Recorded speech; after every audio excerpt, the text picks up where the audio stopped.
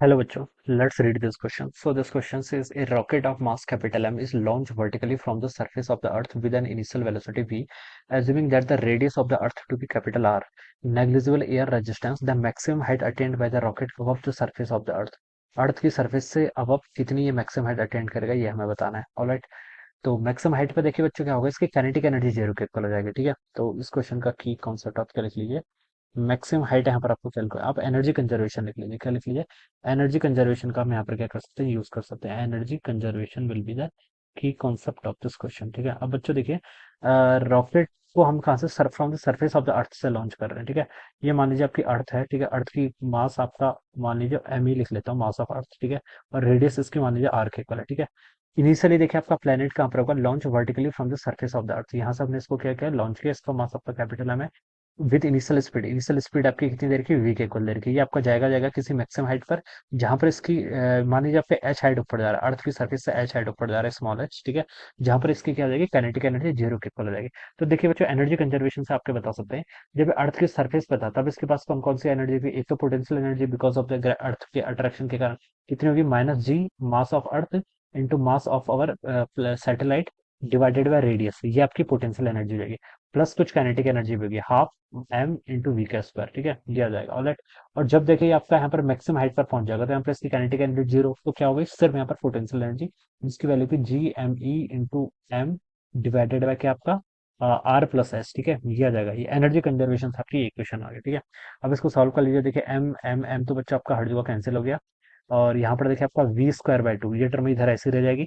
ये minus G M E by R को मैं अगर राइट साइड लेके चला जाऊंगा, ठीक है, तो मैं यहाँ पर से क्या कर लेता हूँ, जी एम बाई आर को चलिए कॉमन कर लेता हूँ. जी एम बाई आर को मैंने कॉमन कर लिया. ठीक है, जी एम ही होगा बेसिकली. ठीक है, और सॉरी आर को कैसे करेंगे, जी खाली जीएम को कर लेते हैं. ठीक है, जीएम को कर लेते हैं कॉमन. ठीक है, तो ये आपका यहाँ पर क्या बचेगा, आपका ये आपका वन ओवर आर हो जाएगा, और यहाँ से आपका minus one over R plus H के इक्वल हो जाएगा. ठीक है, ये टर्म आपकी यहाँ पर से इतनी हो जाएगी. ऑलराइट जी, ठीक है, ये आपका इतना हो गया. अब देखिए बच्चों, इसको यहाँ पर से और फर्दर सॉल्व कर लीजिए. तो यहाँ से वी स्क्वायर को देखिए हम क्या लिख सकते हैं, वी स्क्वायर हो जाएगा आपका two times G into M mass of earth. ठीक है, और यहाँ पर हो जाएगा आपका आर प्लस एस, देखिए माइनस आर डिवाइडेड बाय, देखिए यहाँ पर अब मैंने इसको यहाँ पर आर प्लस रैशनलाइज कर लिया. ठीक है, ये टर्म आपके यहाँ पर से इतनी आएगी.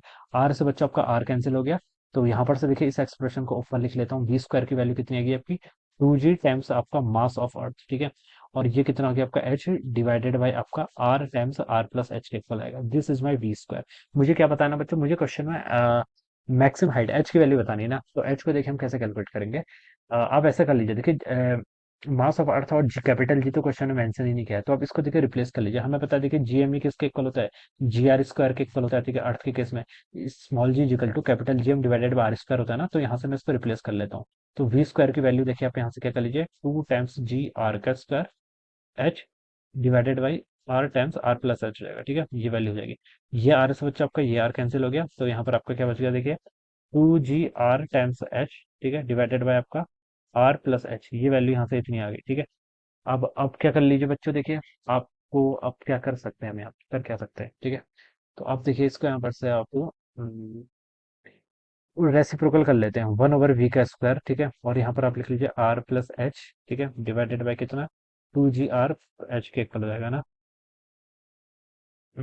चलिए इतना नहीं करते हैं, हमें एच बताना है ना. तो एच को देखिए आप सीधे क्या कर लीजिए, यहाँ पर मल्टीप्लाई कर लीजिए. ठीक है, हम क्या कर लेते हैं, सिंपली इसको सीधे से मल्टीप्लाई कर लेते हैं. तो यहाँ पर हो जाएगा आपका आर प्लस एच टाइम्स कितना, आपका वी स्क्वायर हो जाएगा, इजिकल टू कितना हो जाएगा, टू जी आर एच के इक्वल. मुझे एच वाली टर्म एक साथ चाहिए, तो मैं इसको देखिए थोड़ा और इधर कर लेता हूँ. तो यहाँ पर से आपका एच वी स्क्वायर. ठीक है, चलिए इस एच वी स्क्वायर वाली टर्म को मैं राइट साइड लेके चल जाता हूँ. तो लेफ्ट साइड में तो आर वी स्क्वायर ही बचेगा सिर्फ. ठीक है, और एच वाली टर्म को अगर मैं बाहर लेके आ गया तो टू जी आर माइनस आपके यहाँ से वी स्क्वायर हो जाएगा. ठीक है, ये आ जाएगा. और यहाँ से बच्चों देखिए आपकी एच की वैल्यू कितनी होगी, एच को आप लिख सकते हैं R times V square divided by आपका R times V square divided by आपका टू जी आर माइनस आपका वी स्क्वायर, ये आ जाएगा. ठीक है, दिस इज द एच, ये आपका एच की वैल्यू होगी. ठीक है, ऑप्शन देखिए इस फॉर्म में तो दिया नहीं बिल्कुल भी, लेकिन ऑप्शन में इतना पता चल रहा है कि आर और वी स्क्वायर वाले को, इस पूरी क्वेश्चन को वी स्क्वायर से डिवाइड कर दो राइट साइड पे. ठीक है, तो यहाँ पर आपका हो जाएगा two G R divided by V square minus one. ठीक है, ये ऑप्शन में कहीं गिवन है, आर डिवाइडेड बाई, हाँ ये गिवन है, देखिए ये आपको थर्ड ऑप्शन में गिवन कर रखा है. ठीक है,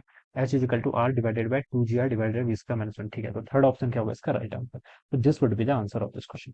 तो इस तरीके से बच्चों हम क्या करेंगे, एनर्जी कंजर्वेशन का यूज करके इसको सॉल्व कर सकते हैं. तो I hope you are understood this concept. All the best and thank you so much.